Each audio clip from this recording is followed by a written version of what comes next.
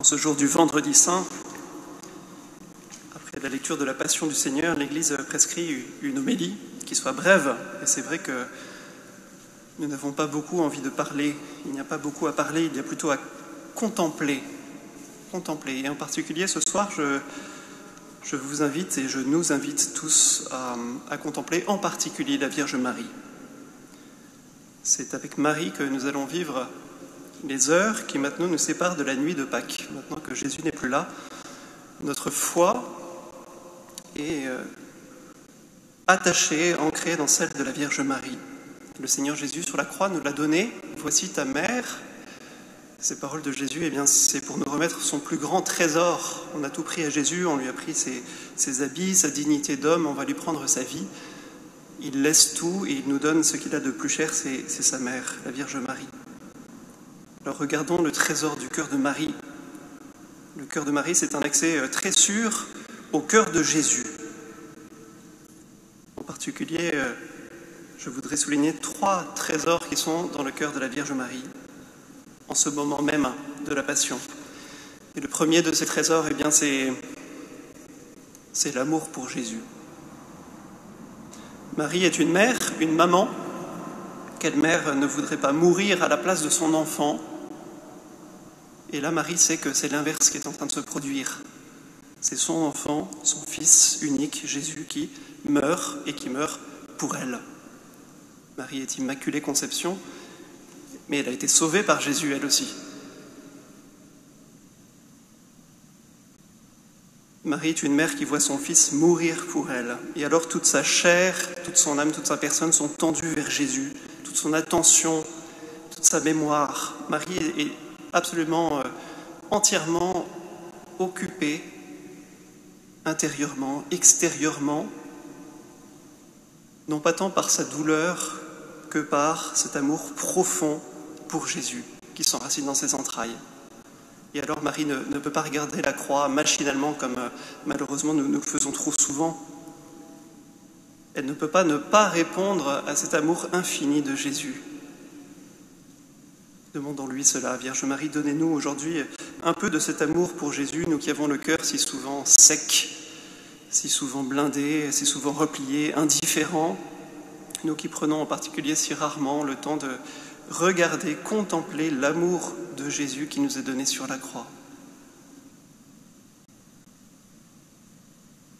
Un deuxième trésor qui se trouve dans le cœur de Marie, eh bien, c'est la foi. La foi et l'espérance en Dieu. Marie, c'est la première des disciples.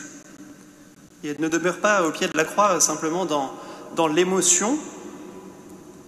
Dieu sait que son émotion est forte, son cœur est tout délicat, la Vierge Marie, son émotion est réelle. Mais Marie va plus loin parce qu'elle sait de toute son intelligence, elle sait de toutes ses forces, elle sait de tout son cœur et de toute sa foi que ce qu'a annoncé Jésus va s'accomplir. Les paroles de Jésus qu'elle a recueillies avec tellement d'attention pendant sa vie terrestre résonnent dans le cœur de Marie.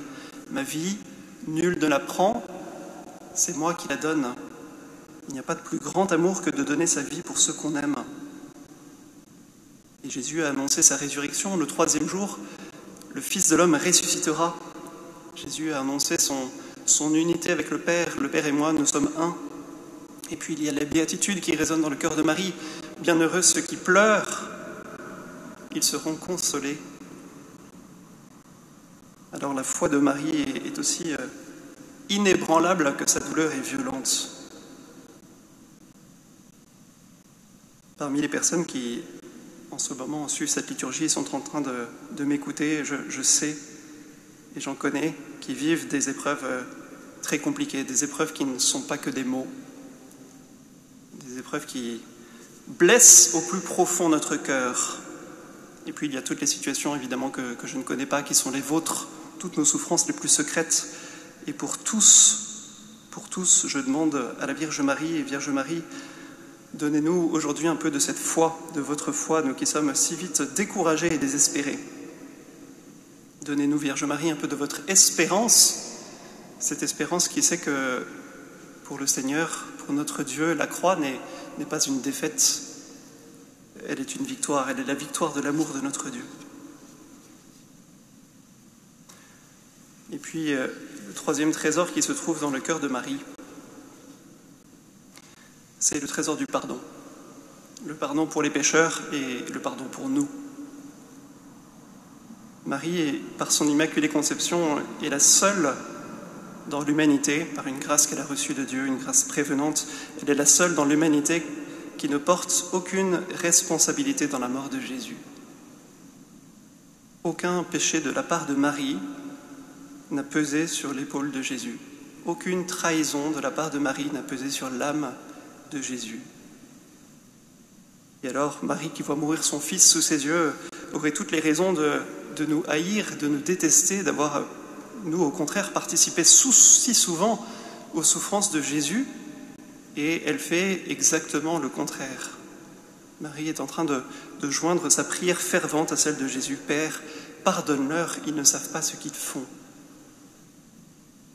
La puissance de pardon qui se révèle sur la croix, c'est celle de Jésus, c'est une puissance infinie.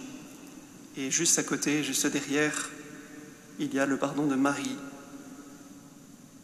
Vierge Marie, donnez-nous un peu de cette immense puissance de pardon en ce jour de Vendredi Saint. Apprenez-nous la fécondité du pardon.